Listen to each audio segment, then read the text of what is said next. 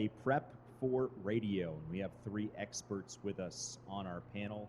They'll be sharing some of their tips and tricks. And then if you guys have questions throughout the panel, just raise your hand. When they call on you, I'll bring you a mic so they can hear your question and we can get it recorded as well. Our three panelists here for this session, on my far left, Noah Eagle, Syracuse graduate, radio voice of the Los Angeles Clippers the last several seasons, headed for NBC Sports this fall as the new voice of Big Ten Saturday Night, the new primetime package for college football there on NBC. He's got experience with NBC calling the Olympics. You've also seen and heard him on the NFL, whether that be on NFL Network calling a huge comeback or Christmas Day with some slime involved. Don't quite know what's up with that, but we enjoyed it. Oh, wow. Okay. I may need to take you up on that. In the middle, we've got our North Carolina Sportscaster of the Year. He's the longtime voice of the Wake Forest Demon Deacons, Stan Cotten.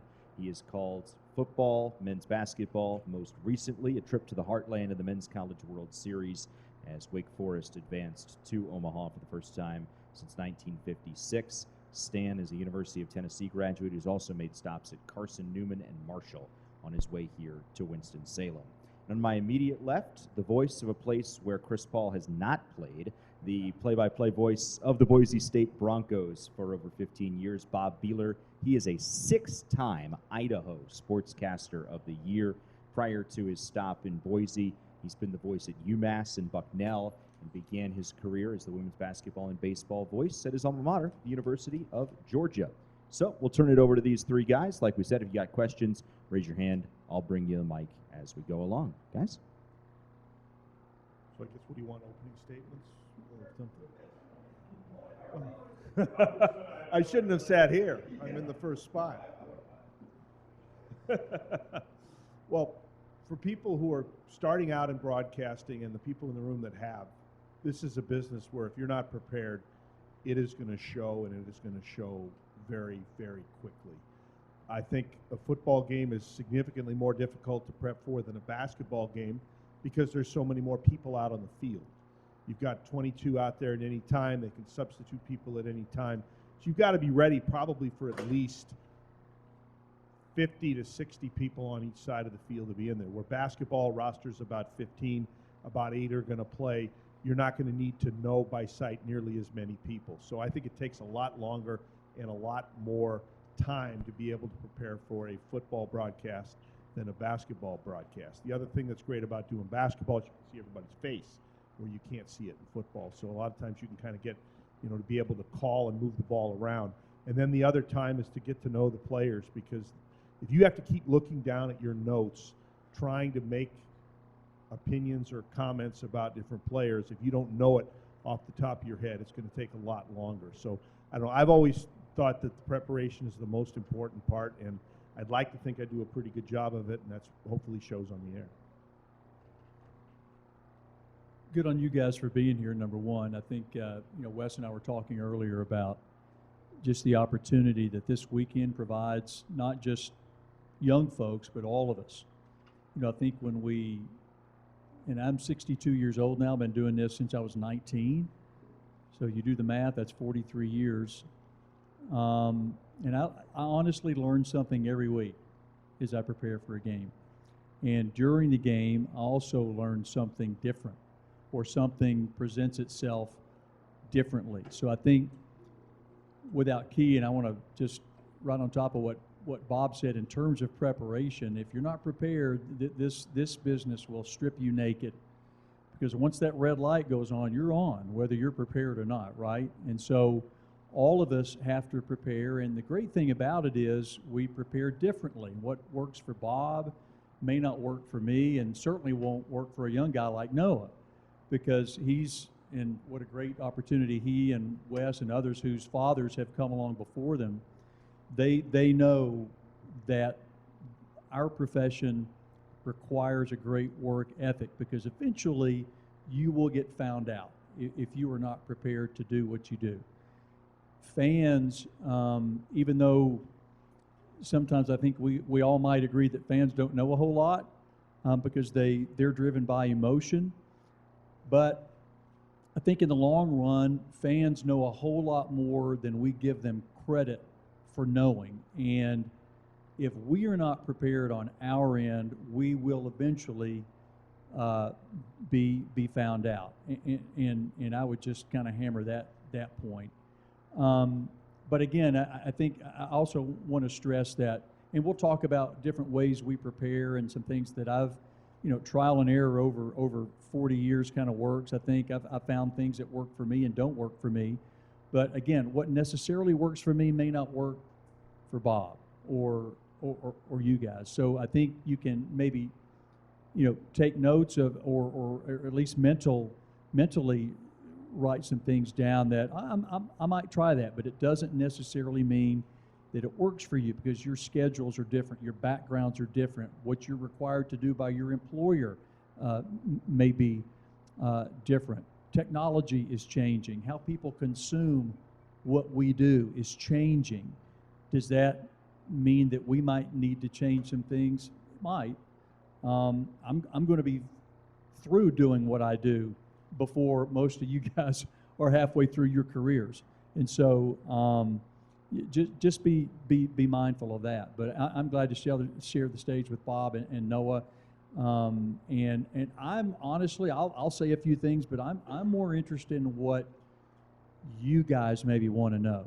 Maybe you've come to a crossroads and you say, hey, have you ever been there? What would you do? Or in this circumstance, how would you prepare to do this? I'm really interested, and hope you guys have a lot of questions for us, because I think, obviously we've come at this from 3 different areas, and we've attacked it 3 different ways, and so I think probably between the 3 of us and your question, we can get to some places. So good on you for being here.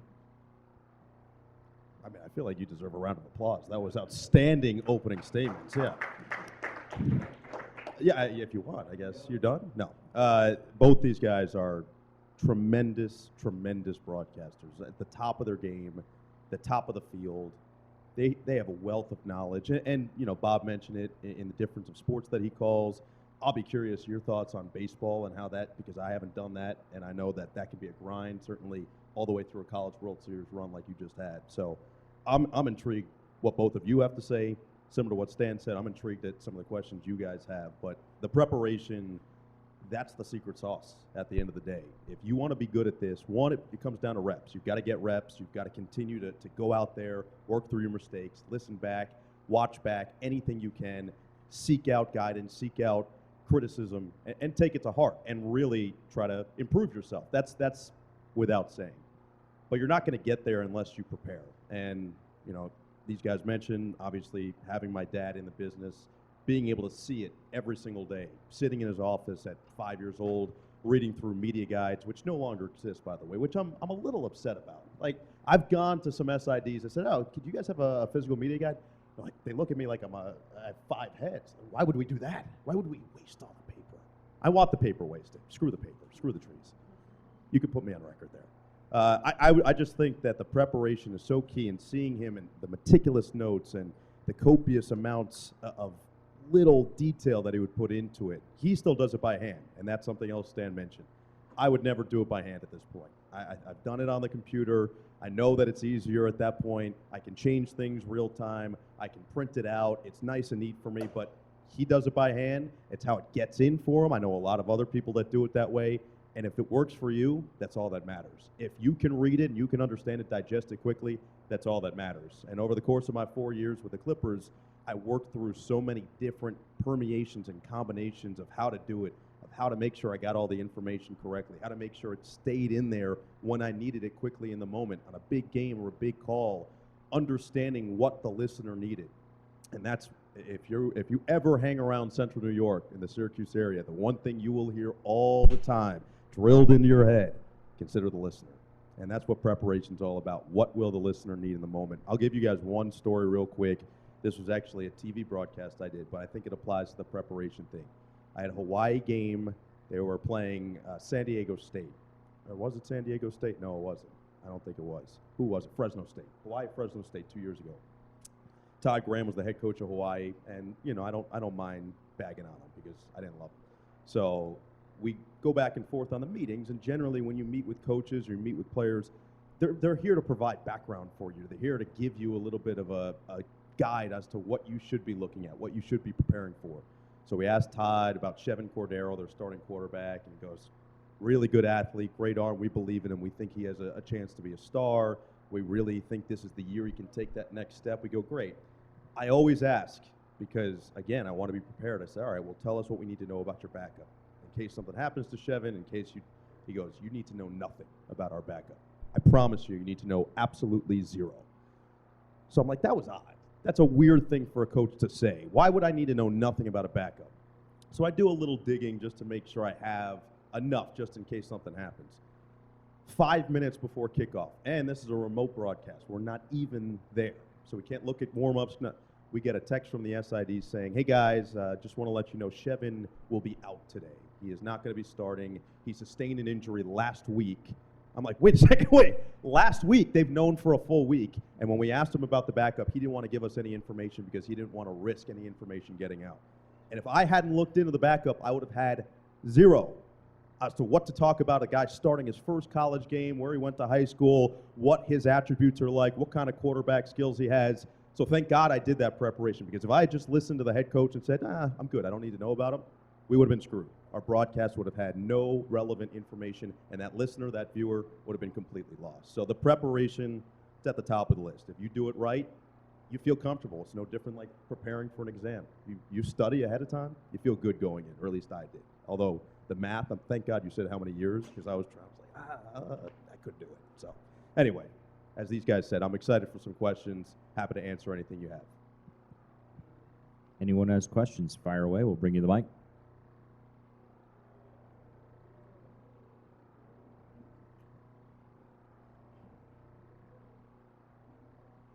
Thanks, y'all. My question is, the prep I find is one side of it. The other one is you do all the prep, you got the work, you've got everything in front of you. But the problem that I often have and have been working through is finding the things that you prepped when you need them. So once you've done all the work, maybe you've made your boards or whatever it is, do you have any strategies, color coding? Are there things you do that help you access the information? Or have you, maybe I'm doing too much, is that what it is? Have you guys trimmed it down? When you need the information, how do you find it? Because sometimes I do a lot of work and then I'm lost in everything that I've done. I use a lot of different pens when I'm making my board. I brought some copies. If somebody wants to have one at the end, more than welcome to come up and get them. But I have different colors mean different things. If I put a number in green, it's this year's stats for me. If I put a number in brown, it's career stats. And if it's red, it's last year. So that if I just see a number and I know what color it is, I'll know whether it's last year career or this year. And then I'll use black pen for just notes that I want to have on there. And then I'll have the name of the person, height and weight, usually in the team colors. So say for Boise State, the name and the number might be blue, height, weight, hometown will be in orange. But when you're looking at something in a hurry, I find it much better to be able to just drop your eyes and you can see a color that stands out versus everything being in the same kind of color. And if Noah does his on computer, I'm guessing you can figure a way to get them to come up in the colors you want. It would take me longer to figure out how to do the colors on the computer than it would be to change pens. So as Stan says, you got to find out what works for you. One thing that I've started doing over the last several years is, in a way, working backward, in that, like on a Sunday, we all probably, for the games, at least for the games that I do at Wake Forest, we're on the Varsity Network app, which to me is like the greatest invention in the history of the world, because I can go back the next day and everything that I've ever done prior to the broadcast is archived. And what I always try to do on Sunday, say for a football Saturday, is go back, put at least a portion of the game on, a good portion of it, with my boards, and listen to myself. And then I look at the information on my board, and I try to develop a pattern over a few weeks. What am I putting on my board that I'm not using? Because I'm going to take that off. If I haven't put, general information from from the same area. If I've excluded that from a broadcast, then obviously in my brain and my heart, I don't think it's relevant or relevant enough, or it doesn't stack up against it. So I'll take it off. Beside each player, I've got their stats, right? And I've got career stats, current stats, all those types of things. And I've changed, my boards are on InDesign now, and my football board comes out on a legal size. And by sheer accident, for some quirky reason that we can't figure out, my actual board prints out about 8.5 by 11, which leaves me this huge white margin around the bottom third and then up the right flank. And I was with InDesign people. We couldn't figure out why, at least on my printer at home, it was printing out that way. But what I've done is taken that margin, and where I used to have, and I got from Wes, and I don't know if Wes still does it, he would have a lot of team stats on a separate card, like Wake Forest and North Carolina. And I used to do that. But what I do now is because, and it may be a product of getting older and trying to keep up with different things, I now put some of that information, most of it, if not all of it, that I used on those cards, I'll put on these margins that were by mistake created that I can't fix. But what that does now give me on my board is I have my offense and all the players and all their stats, and then I've got all the team stats as well. And it may be anything from maybe a quarterback, like last year we had Sam Hartman, who broke a record just about every game. I would have down here Sam Hartman and all the other quarterbacks that he was up against for a total offense, whatever. And then other team notes like that. But if it's not on my board now, it's not going on the air unless it comes from memory, which the older you get, I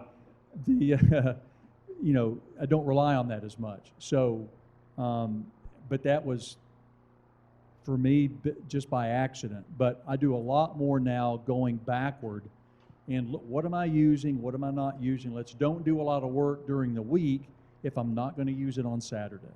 So that has helped me a little bit. That's brilliant, by the way. I never thought to do that, and I got to start. This is why this stuff is amazing, because I would never think, go back, listen or watch a broadcast back, and look at the board that I use. That's awesome. I'm going to take that. If you're cool with it, I'm going to steal it right from underneath you. Yeah.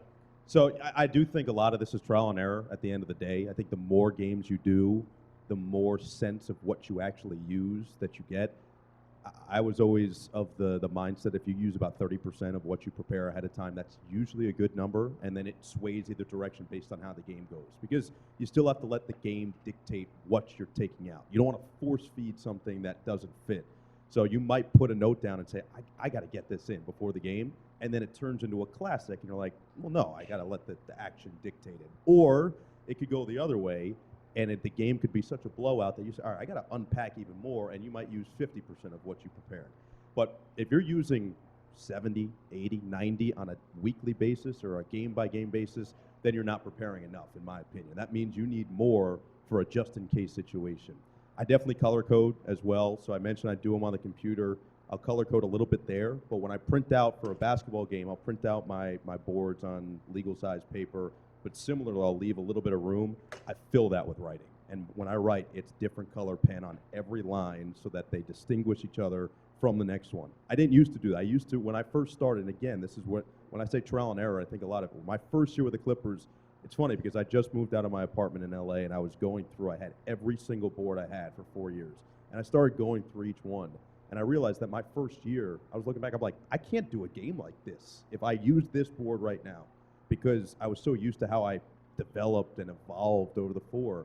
But I was either writing nothing or I was only writing in blue pen. And then I'm looking back, I'm like, how did I figure this out? So I think both color code and highlight. When I know there's a specific thing I want to get in, highlight that and make sure it stands out. Make sure it's different, or I'll star it too. And a lot of times I'll star something that I feel like that's got to get in there. But again, don't force feed it. let it happen naturally. And the ones that you feel are most important, they generally stay here. They stay at the forefront of your mind. So that's always been my case. Thank you guys for doing this. One thing I've had an issue with is after you do all the prep, you're calling the game, maybe crowbarring information in before it's necessary, or you've got it in front of you, so you say it and then you listen back. And there was too many words, and I knew I'd written it down, and I might not get to it later. So I did it really early in the game when it was unnecessary. And even watching baseball sometimes, a guy gets a double, and someone tells you how many homers or triples they have, and it's unnecessary in that moment. I'm just curious how you got to a point where you could feel out a little bit more of, I don't need to say that now, I'll keep it for later. It just seems like a struggle with young people like me in play-by-play that sometimes we feel like we wrote it, so we've got to use it. I feel like we're putting Bob on the spot after every question. I think that similar to what I was saying, I think a lot of it comes down to the more you do it and the reps that you keep getting, you get a better feel for the game. The one thing I will say is to go back and listen to guys like these two, watch people that you really respect, and take in exactly how they're doing that. What the cadence sounds like in the first quarter of a basketball game versus the fourth quarter, or the first half, or before the under 8 timeout in the first half versus the under 8 timeout in the second half, based on the circumstance of a game. Take legitimate notes. We've got a couple of the best NBA broadcasters in here. I see Chuck. I think I see Tim's back there, Steve. These guys are the very best. And what I do when I was driving to LA and stuck in traffic is I would go through and listen to as many as I possibly could and make mental notes of, oh, I liked how he did that, or okay, I think I would do it a little differently here. More often than not, it was heavily positive because I think we've got some of the best doing it that are doing that job. But I do think taking from other people and recognizing, okay, I loved how they got that nugget in without it feeling forced. Or sometimes you might be hearing someone say, okay, that felt a little forced. I'm going to keep that in my own mind. At the end of the day, it's reps. The more you keep doing it, the better feel you have in the moment, the more experiences you can rely on as well. But I do think that's probably one of the most difficult things to get past once you're in broadcasting is, okay, I did all this. I want to use it. I want to show how knowledgeable I am. Just let that come naturally.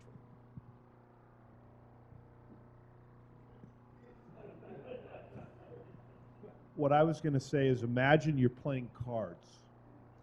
And in a card game like maybe spades or something, you have to follow with spades or clubs, or you're trying to accentuate whatever the hand comes around.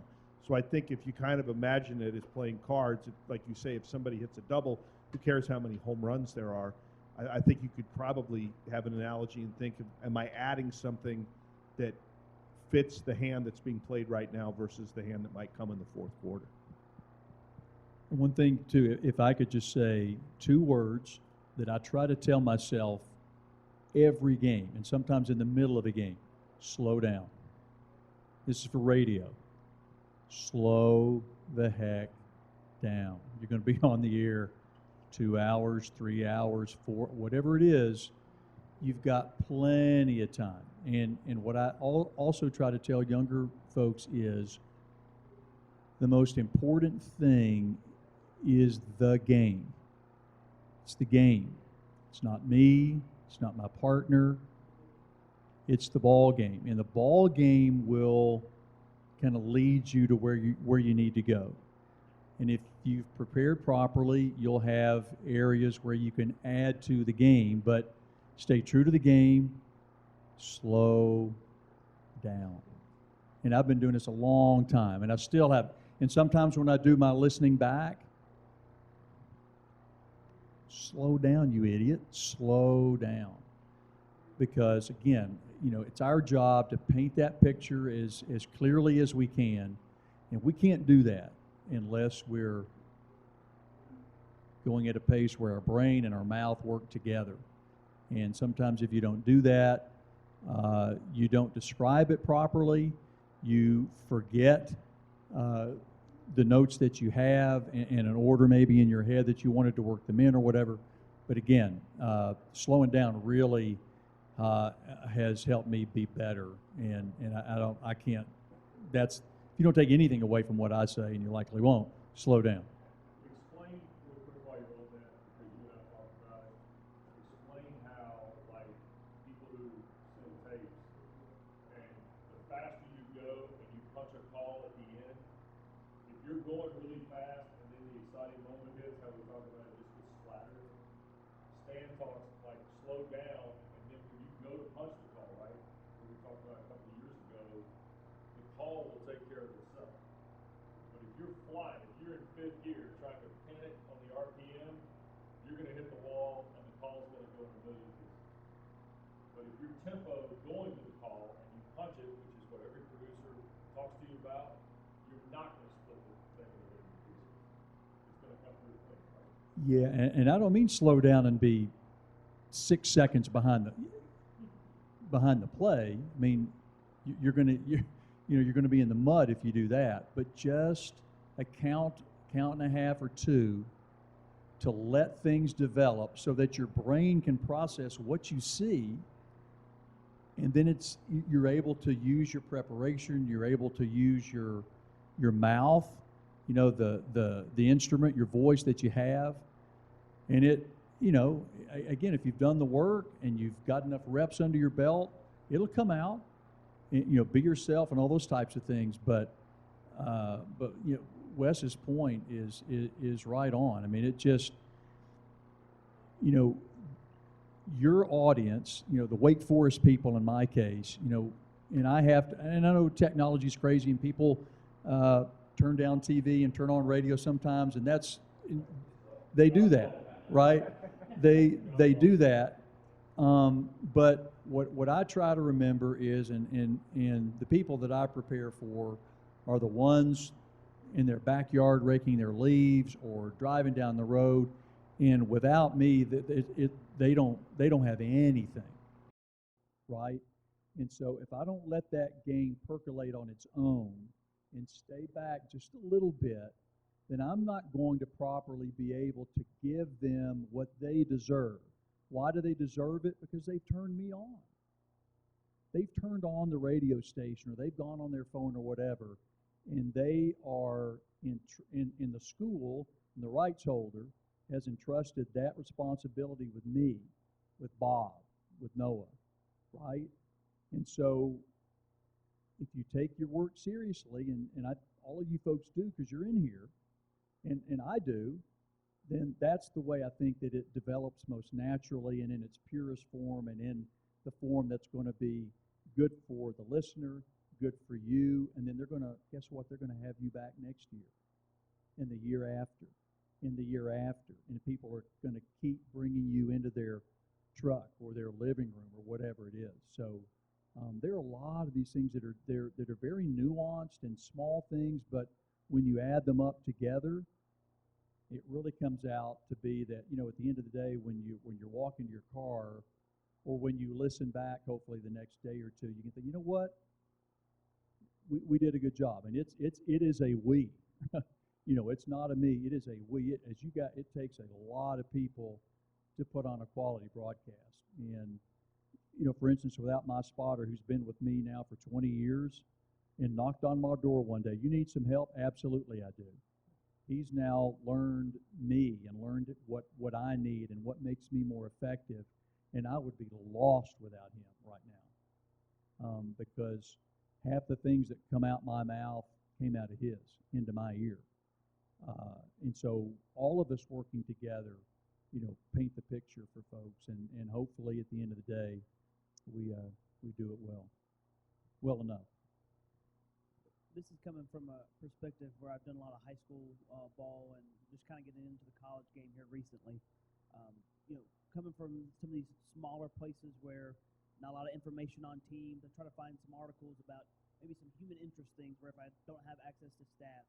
When you go through preparation-wise, maybe putting things on a board, are you trying to hint yourself at some of these maybe human interest stories that you want to get to about if there's a local tie or players into something charity-wise or something? How would you go about giving yourself that reminder for, when you have that opportunity in some downtime or timeout, or that player makes a play and it's football and you have a couple seconds to say something?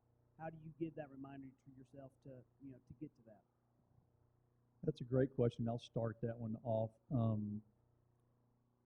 Again, probably different people will do it different ways.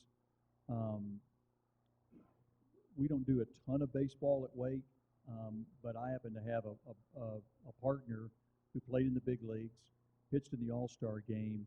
And the thing that Larry does before a game is he'll go down to the batting cage, and I'm up in the booth getting all the stats right, all those types of things, and getting the lineups and all that. And he's down talking to the players, talking to the coaches, this, that, and the other, and he's making notes. And then he's able to bring that into the booth and then on the air. Personally, and I realize, because if, again, I think I said this earlier, if it's kind of not on my board, unless it's coming out of my head, it's not going on the air. So that's why I try to make what is on my board, I try to make that information count. But if there's a story about maybe the quarterback's sister plays volleyball and she tried out for the Olympic, there's a story there that and you've researched well enough. Well, obviously you can't write the whole thing on your board, but Noah's talking about, and Bob talking about stars and different colors. They're just a system that you maybe work up on your own, but I'll a lot of times do a little red star, sister volleyball Olympics. Just 2 or 3 key words that'll get me going. I know the story because I've researched it enough, and I'm not going to put that little note on my board unless I feel comfortable going into that story on my own without a lot of notes, right? But what I'll use a little red star in just 1, 2, 3 words, because around that player's name or all of his stats, and there's not a whole lot of room, right? So that's just one way that I've done that. I think a lot of it goes back to how Stan talked about the game, letting the game come to you, understanding the flow of it, and understanding that that's the most important part of the broadcast, and that's what the listeners are tuning in for at the end of the day. At the same time, humanizing the players is incredibly important, in my opinion, because a lot of people either watch or listen to sports or follow sports. They look at these figures as larger than life, as a different category altogether. They're still people just like you and I, and they deserve the same respect to at least be seen as such. I think when I first got to the Clippers, I realized that. I'd grown up around NBA basketball, and I'd seen players and met players and all that, but they were so larger than life figures to me that when I first got there, I realized I talked to a couple. I'm like, oh, no, they have the same interests. They like the same movies and TV shows and music as I do, and they like the same restaurants as I do, and et cetera, et cetera. So how can I get that out without it being forced? I think you also have to take into account what type of sample size you have. If you're covering a team, and I'm doing 82 games of a team, there will be moments over 82 games plus preseason plus playoffs where I might be able to not only get something in one time, but because I know my audience is constantly changing, especially on the radio, people are tuning in and out over the course of one game, let alone a whole season. I might be able to do it again a couple weeks later. I also think that there have been so many moments I could go back to where I called a game and I had this great nugget going in or a great story going in, and I just didn't get it in. And I realized, and I was like, man, and maybe that's a Clipper thing where I was following them, or maybe it was a team that there was no chance that maybe I was guaranteed to get another game of theirs. But if I did, I knew in the back of my head, okay, I have this for next time. And maybe there was going to be a better situation for it to come out. Again, it's just not forcing it. It's understanding that you did the prep. Don't feel like you have to showcase the prep. Understand what the game is about. Understand what that particular moment calls for. But don't, I think you brought up football as a really good example. There are those moments. Or in a basketball game, at the free throw line, there are moments where the game is stopped. Baseball game, in between pitches, there are moments. Those are the times to do it. Not in the middle of the ball being reversed around the perimeter back and forth with 12 on the shot clock as someone makes their move down the right side of the lane. No. But when someone gets fouled, and I know there are 2 free throws, that's a 25-second time or so where I can get into something good, and maybe I can back end it. I can finish halfway, call the next play, and when there's another moment, get the rest of it in. Just knowing that in the back of your mind is important too. But forcing it, I think that's probably my biggest thing that I'm going with right now. The lack of forcing it is always going to be the right answer. And I'll just quickly say, I a lot of times in football have a little yellow tablet sitting away from me, just sort of off to my right, and I might have 5 or 6 teams that I might want to talk about in the broadcast. And when you pass it and you give it, you can cross it out, and then you can look and see which ones you haven't had.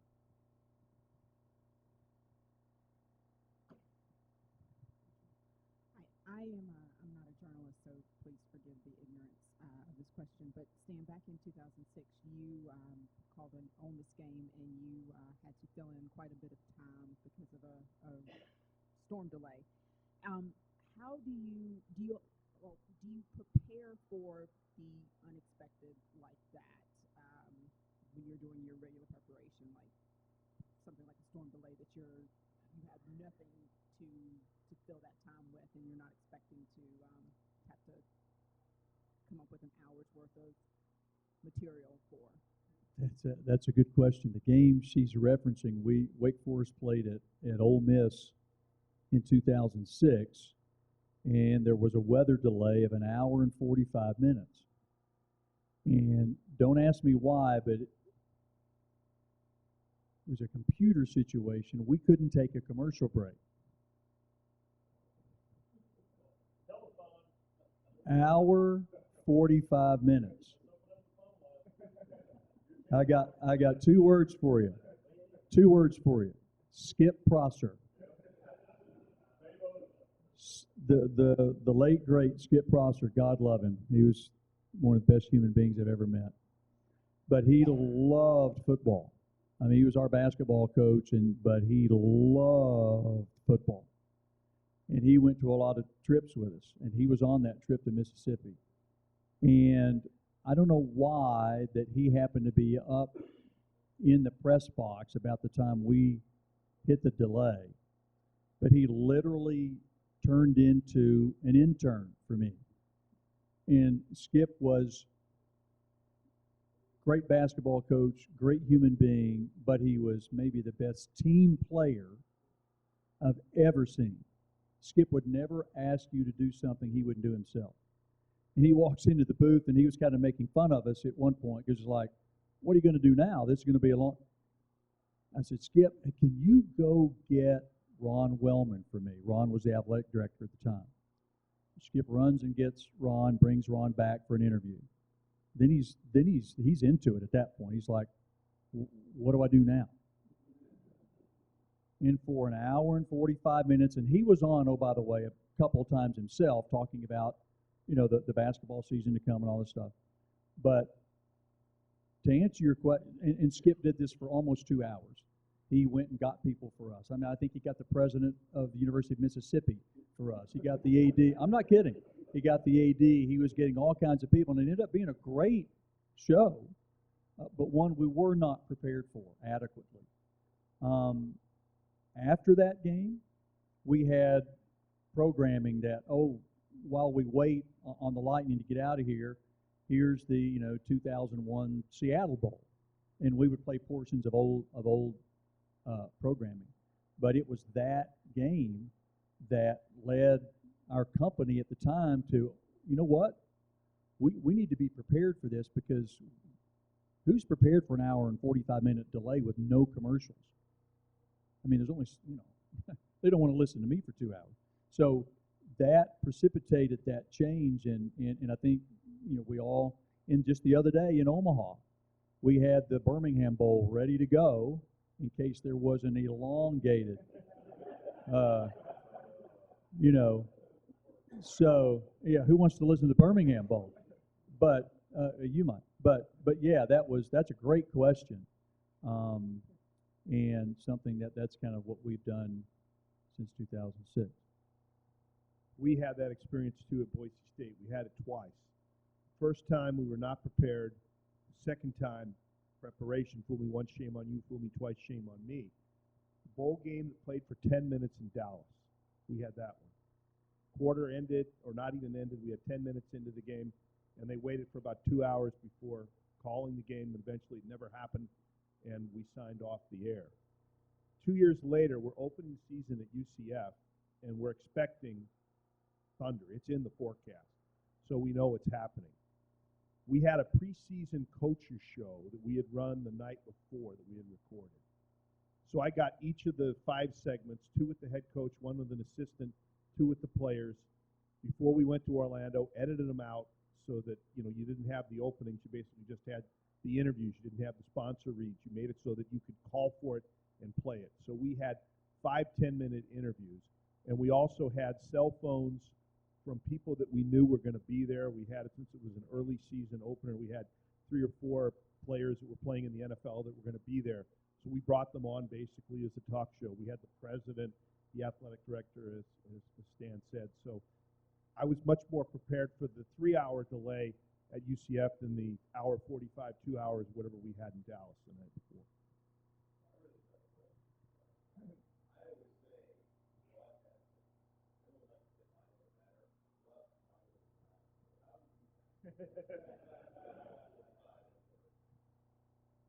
I don't really remember.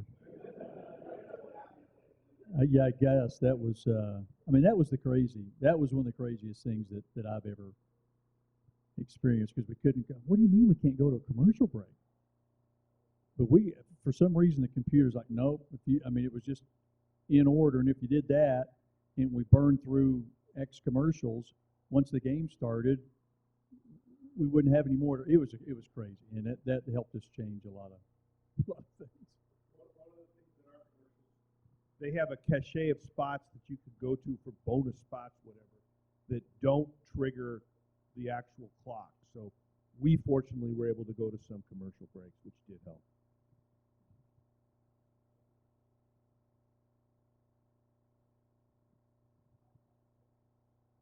I'm just wondering, how often did you do remote broadcasting, and does that change how you prepare for your broadcasts? Bearded Wonder, good to see you again. I would say that the COVID era, I did a bunch, and I know the rest of my NBA brethren was probably in the same boat. We had a full year post-bubble. I mean, first of all, for all of us, I think we were all calling the bubble games remote if our teams were there. So that was the first experience I really had with doing it completely removed from it. And then the entire next regular season and first round of the playoffs, because Chuck and I didn't even get a chance to see each other that first round for a 7-game wonderful series where Luka Doncic wanted me to rip my hair out. It was different. It was unique. But, yeah, I think you always had to have a little something just prepared, whether it was back in studio support, that they were going to have something, because you just didn't know if your feed was going to go out at any moment. And I had a lot of those where I had a game and I was relying on other people to get me the feed. And I was doing everything I possibly could to make sure that I was set up correctly. But there was one where I showed up and I had these 2 computer-sized monitors. One of them went out about 10 games into the season and was gone. So I had one computer-sized monitor and basically a closet that I was calling the games in downtown LA. They were wherever they were. The home games, fortunately, were there. But I show up this day and I sit down and we're 5 minutes to tip off, and it pops up and it's LA Kings hockey. And I'm like, I don't do hockey. 2, I'm not here to do this game. 3, it was in Spanish. So it was like a trifecta that crushed me. And so I went to our engineers. I'm like, hey, here's the deal. We need this. And they're like, well, we got to deal with this. I'm like, nope, you kind of need to deal with this so I can call the game right now. And I'm pretty sure we ended up missing about the first 90 seconds of game time. But there's nothing you can do. So in order to prepare for that, I just had extra stats and stories and nuggets. And that goes back to the human interest stories. More often than not, that's what I was going to. I knew if I had to fill time, I had to find something. So I could talk about how Terrence Mann met his personal stylist right out of college because she DM'd him. Or I could talk about how Ivica Zubac, after a 35-point comeback in Washington, came on the bus. People were clapping. Our head coach said, don't clap for him. He's the reason we're down 35. And he goes, I was a part of the history, too, because we were down 35. Like, I could do things like that I know are going to fill a lot of extra time. And so that's where that preparation comes into play more often than not. I'd say for remote broadcast, you just have to prepare for the worst and hope that you don't have to go to it. You know, I just had so many of those, and I'm sure you guys did as well, where something was just a little bit off, and I was the one who had to basically be the problem solver. I was on my own. I was happy to do it. I was hungry. I was extra young at that point. So I enjoyed some of it, but it made being at the events that much sweeter once we did get to go back and get to see everybody and see all our friends and talk to more of the people and get more of those stories. So definitely different. It was a different time. We could probably everybody in here who does games and did them during the COVID year could write books on our experience because it really was crazy. At Wake Forest, Every basketball game we did that year, every single one, even our home games, we did from our football press box broadcast booth. Now, before the season was started, now we had a sweet setup now. I mean, we had big monitors, multiple monitors. We had just about every bell and whistle you could imagine. But one thing, the first couple of games, it's like, well, what is it going to sound like, right? And we had some kind of canned crowd noise that sounded awful. I mean, it was horrible. So what we did then, and it's one of the great things about working in the ACC. David knows this, Wes has been there, and others, is we work together very, very well. All the schools, and this was even before we were nearly almost all Learfield schools. But in what we started doing then, and not just from ACC schools, we would get our setup, and then we would get just sound, audio fed from the other arenas to our booth. And what we did, we would begin getting the video feeds about an hour and a half ahead of time. We would also get the audio feeds at the same time. And I would watch the video and watch the teams warming up. Then I would match the sound with what I was seeing, because I was going to describe the action off of what I was seeing, right? And so I was watching the players out there warming up. When a ball would hit the rim, I would have a delay, and I would have to either put it up or back. And finally, I could match the shots so that when our broadcast started, even though we weren't at Louisville, we were describing Wake Forest Louisville. And when we would say, oh, here's a three-point shot from the perimeter, no good, it's off the front of the rim, you could actually hear it as we called it. And that was one of the coolest things we did to try. But now, we never told our audience we're there. When circumstances would dictate, we would be on and say, look, we're remote. But if we hadn't told them, by and large, they wouldn't have known it, because we tried to call it as we saw it. I think maybe over the course of whatever that is, 30-plus games, I think we might have lost video once or twice for maybe 15, 20 seconds. We were very fortunate that happened. Problem is, when you're calling off television and then they start, or they'll show a crowd shot, yeah, you're just like, okay, I've lost the ball. Where is it? I don't. And so your color commentator might, his story or her story, depending on, might go a little bit longer until the ball came back into view. And so we could, but that's just something after 2-3 games, you kind of got the flow of it. But once we got all the technology together, if you will, it was not perfect, but we were able to do our jobs. And at least for those people who couldn't watch the game and had to listen, again, it turned out to be a pretty good product, I think. Couple tips if you're doing it now. You get a stat monitor a lot of times. The most important thing I felt trying to call the game off the monitor was knowing which was first. Because the first game, the score would change before the basket went in. It was ahead of the video. So know whether you need to subtract points or add points. If the video is ahead of the statistics, you got to realize that they're not 6 for 10 anymore shooting. They're 7 of 11. If it's the other way, you got to subtract something out of it. So that was the thing we always, and you could usually tell early in the first quarter which was going to be in front. And the other thing, we didn't get video until they actually started the game. So a couple of times lineups would pop up. We played Wyoming 2 days in a row. First day we crushed them. Second day Wyoming has 2 players that didn't even get in the game listed in the starting lineup. So I'm frantically texting our SID, are these 2 people even there? Are they dressed? Because they're dressed, and come to find out they were just mad they lost by 30, so they shuffled the lineup.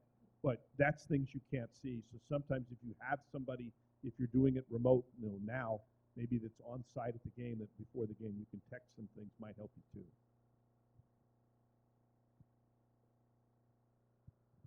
Yeah, I just had a quick question. So sometimes I find myself getting a little bit tongue-tied or stuttering a little bit. What are some things that you do before during your prep to kind of help with that? slow down, let the game, you control the game, don't let the game control you. At least that's when I started. Don't try to cover too many things. Get what you can get out cleanly, coherently, so that you can, make your points or whatever you want to make. If you're trying to cram too much information into a short amount of time, as he said, you want to keep it short. I mean, slow down, relax, take your time. Yeah, I mean, I think that's got to be the key, is to just see it before you describe it. And that doesn't mean wait a count of 5 or 6, but there's a small window there that gives you plenty of time to describe it in a way that people can see it. I mean, I don't know anything else other than just, as I said, 15, 20 minutes ago, slow. And I say that to myself. I've been doing this a long time, but I still say it every game, like during a commercial break. Stan, slow down. And that really does help me, and that's been the biggest thing over my career. Slow down, especially as I've gotten a little bit older now. My brain, slow down. I mean, but that's something even at 25 is really going to help. And I'm not 65 yet, but that to me, and I think Bob would agree to that. Bob's not as old as I am either, but just letting the game happen. Again, we're describing what's happening. You can't do it in real time, and that was to Wes's point earlier. You cannot do it in real time, or you are going to stumble and you are going to get tripped up more than once during a game. So, again, let the game happen and come right behind it. That gives you so much room to get into the description that you need. And if you're doing radio, the more description, the better it's going to be on the consumer end. They're going to be able to see it in their mind much more clearly if you describe it, in great detail. I think it's great advice. For me, I had my methods kind of building it. I looked at it like a house almost. It's a building block. When you first start, you don't start with a full house yet. So you've got to do the bare minimum, essentially, the basics. What does a listener need? At the very least, what do they need? And understanding, once you have that down, okay, now you can add a little bit more. You can put your kitchen in, okay, then you can put your dining room in, then you can put your bathroom in. And eventually, over the course of years and reps and hundreds of games, it gets easier and easier. I think one of the biggest things, you got to trust your instinct. Don't feel like it has to sound perfect every time. If it doesn't sound perfect once, you'll get it the next time. And trust that you're going to get better each time. Get 1% better every broadcast you do. And a little thing that I started doing probably my second year doing the Clippers that I've carried with me, and I think I'll probably do for the rest of my career. It was just a little thing, especially on radio, that helps a ton, because I think a lot of us, we say we don't want to sound the same at every call we do. We want to make sure we're varying. We want to make sure we're staying creative. We're saying things differently. So at the top of my board, I write down every possible way that I can say a made basket. If I do football, so I'll go through some examples. Bottom, book it, got it, it's good, nails it, cans it, drills it, whatever, raindrops, however you want to call it.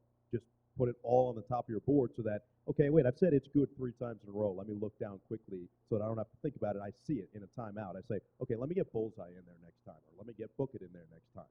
I can see it. Same for football. I say, how many different ways can I say how he throws the ball, how he catches the ball, how someone runs up the middle versus on the outside? Write it all down on the board, because then you can see it. Then it can get into your head a little bit easier, and you're not thinking in the real moment, okay, let me get it. No, you just get it out naturally. That gets easier the more you do it as well. Last question here for Carlo. Thanks, Matt, and thank you guys for doing this. Is there any way you mentally prepare for a game? And if so, are those like exercises, or what does that look like? About 4 drinks ahead of time. No, for me, I like to feel like I've gotten active over the course of a day if I can. Some games are in the morning, you can't do it, and so you just got to do what you got to do. But I think, especially if you're covering a team and you've got a full season ahead of you, you can kind of get that routine of, okay, I want to go to shoot around, then I want to go to the gym, then I want to grab lunch, then I'm going to shower. I also do vocal warm-ups. For me, that was important. It was something that I learned right out of school, something I'll do for the rest of my career, because it gives me a little extra confidence in my voice of, okay, I did everything possible for me. I'm not going to do them right now. That's not going to happen on the stage. I know that one of you was thinking about that. I think you in particular were thinking about that. I could see it in your face. Yeah, I could see it. But no, I think that it just, you become routine-based. I think that's anything in life. If you're an accountant, if you're a doctor, if you're a lawyer, or if you're a broadcaster, everyone's got their routine that makes them feel good. If it's showering at a certain time, if it's eating at a certain time. I do think that's something that's incredibly underrated, is making sure you get a meal in, especially before the game. Obviously, you can go to the press room. Sometimes I'd go to a media room of some sort, and they wouldn't have something that I'm like, I don't think so. I'll go to a concession, because I know if I don't eat before a game, I will not have enough energy to get through. I know if I don't eat at a certain time, if I eat a little too late, it's going to impact my voice. You know, a lot of people like popcorn or something. I can't do that. The kernels, they get stuck in the throat. Chocolate, it makes mucus come out for me. I don't want that. I want nice and easy. I drink a lot of tea. So I think it's all, again, it goes back to the trial and error. The more you do it, the better you get at that type of stuff. But it's all routine-based for me. Ditto. I mean, I think that's a great answer. And whatever it takes to get you in a good space, you know, with your mind and how you feel. With me, it's sleep. I don't sleep a whole lot anymore, but you've got to be rested. You know, if you're not rested, your mind's not going to be as sharp, and then that's going to get you into trouble. I mean, whatever you need to do to clear your brain. I mean, you might have problems at home, you might have problems, you know, whatever. Your dog may be sick. I don't know what it is, but whatever you can do to get your head clear and be in good physical shape, as good a shape as you can be in for that day, you owe it to the people that you're getting ready to broadcast to. You do. And you owe it to your employer to take care of yourself.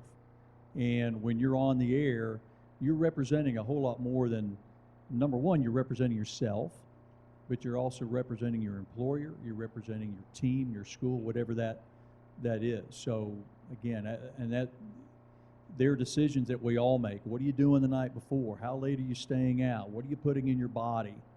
All those things are critical. They really are. And if you're serious about what you're doing, if you're serious about your career, then I think, you know, those decisions that we make, you know, sometimes you only get one time to screw that up, you know. So again, it's whatever you need to do to get in a good space, to be in a really good frame of mind when the red light goes on is what you need to do. And I'll just add, I think everything both Noah and Stan said is correct. But on Friday nights before a football game, I have my board, it's finished. I watch a game of the other team again, because you're going to be familiar with your team. I'm not, you know, if a hand goes up to catch a pass and I can't see a complete number, I feel pretty good I'm going to know who that is, but not necessarily the same for the other team. So I'll have my board sitting in front of me, and almost like flashcards when you're studying in elementary school, I'll watch and make sure that I can quickly, on every time somebody touches the ball, makes a tackle, and just in my mind say that whoever that was that made the tackle, and I'll watch them one last time on Friday night. All right, how about a round of applause for Bob, Stan, and Noah?